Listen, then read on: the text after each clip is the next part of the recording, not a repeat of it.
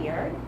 So I continued to write and do my homework, and then the pen slipped right in between my fingers. And I go to pick it up, and I can't move my hands.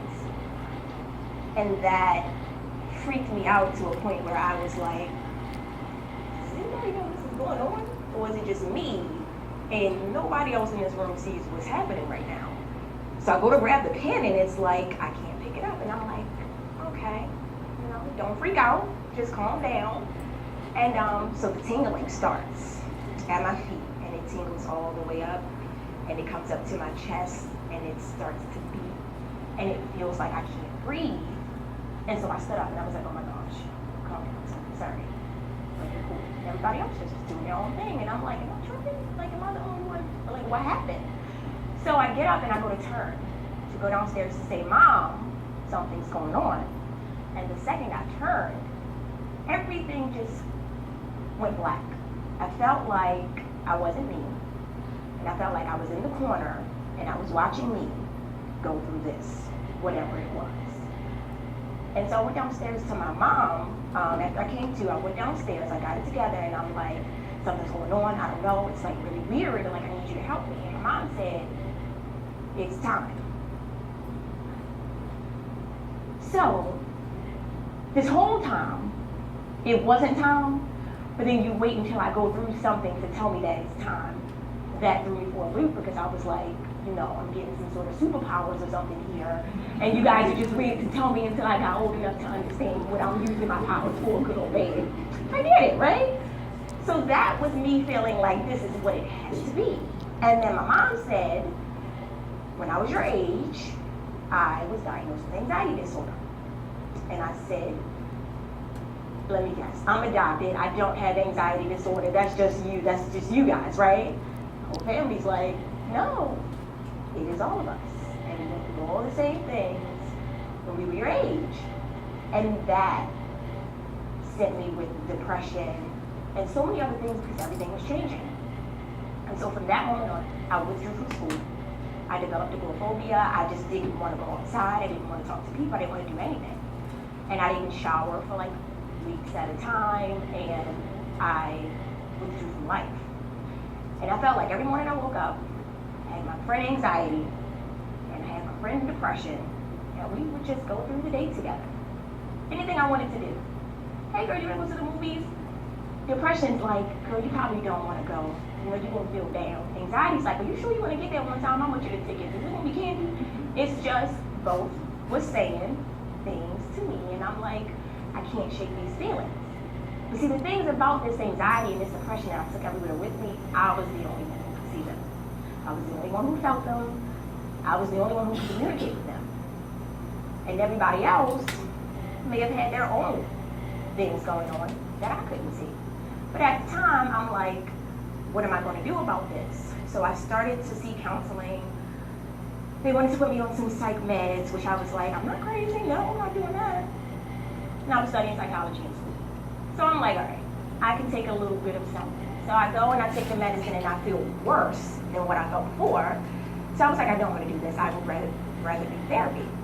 And so I met this guy, and he was a nice guy. He was a very attractive man, and he really helped me through my anxiety. And so I developed a very romantic relationship with him, and he started to be the person who, was there for me through the anxiety and everything. And we were cute, and we post pictures on Instagram, and we had like matching shoes and like all these great things.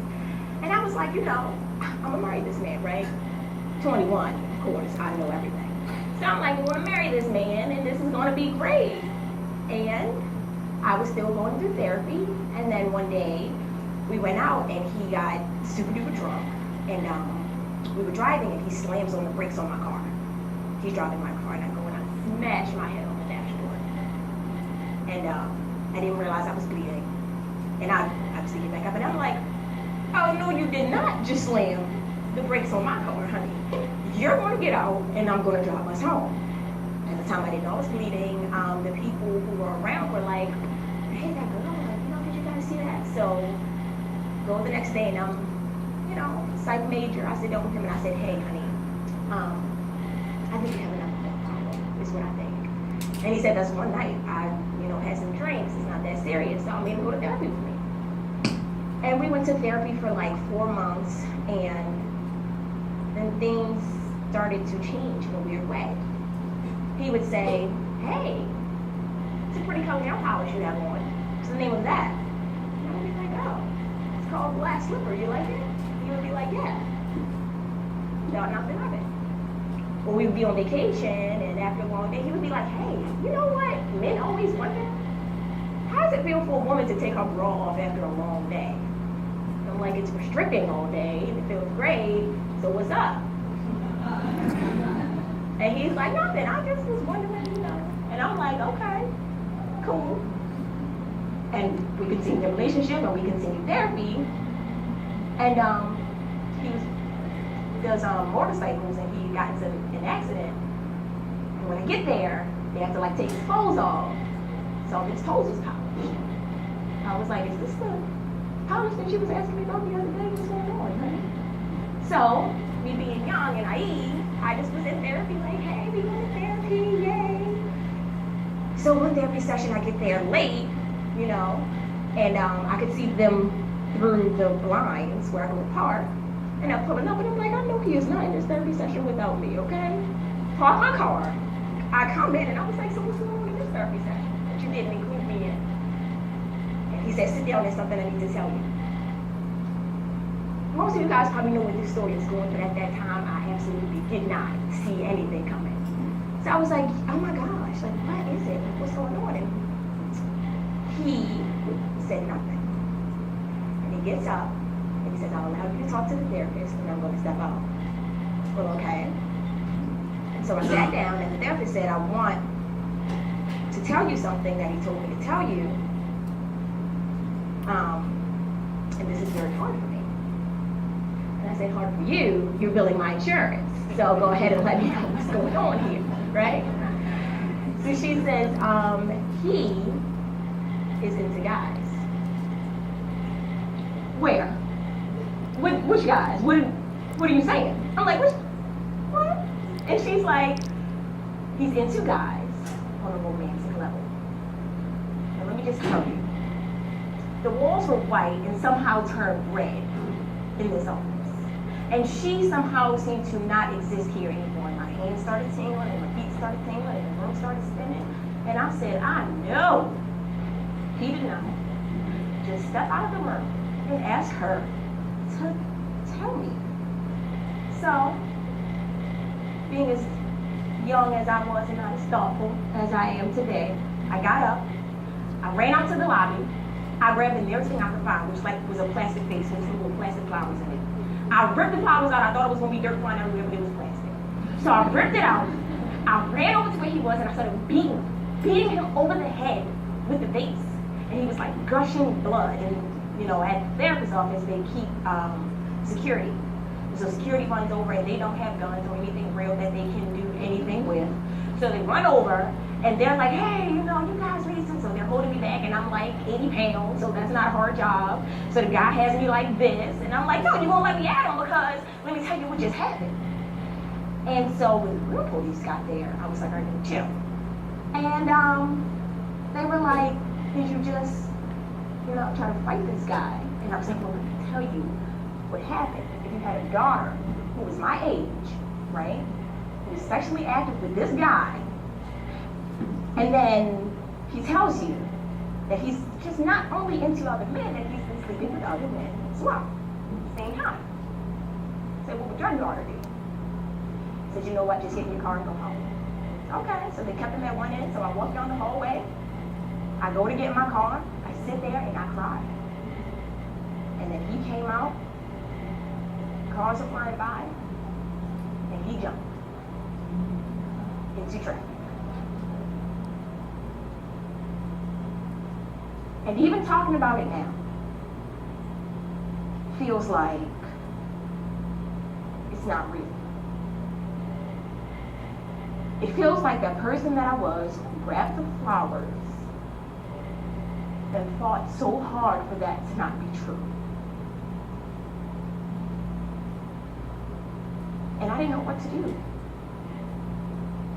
a little teeny kid who was like, this guy was the man and things were going to be great. And I stood there, stunned.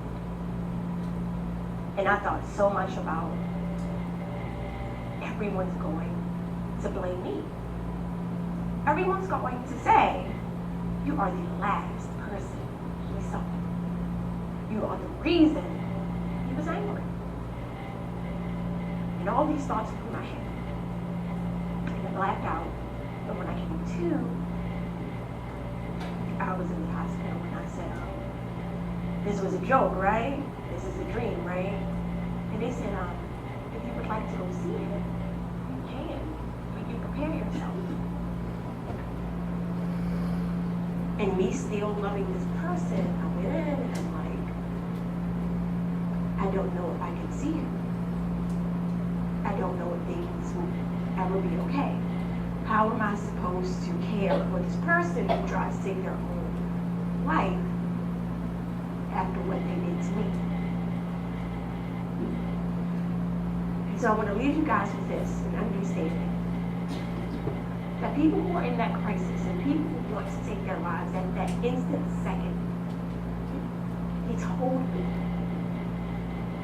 in that moment, I wanted everything to be over. But laying in this hospital bed, I am so happy that all I had were these bruises and this surgery and these check-ins and these nurses. Because I did not want to die. It's just at that moment, that is what it felt like.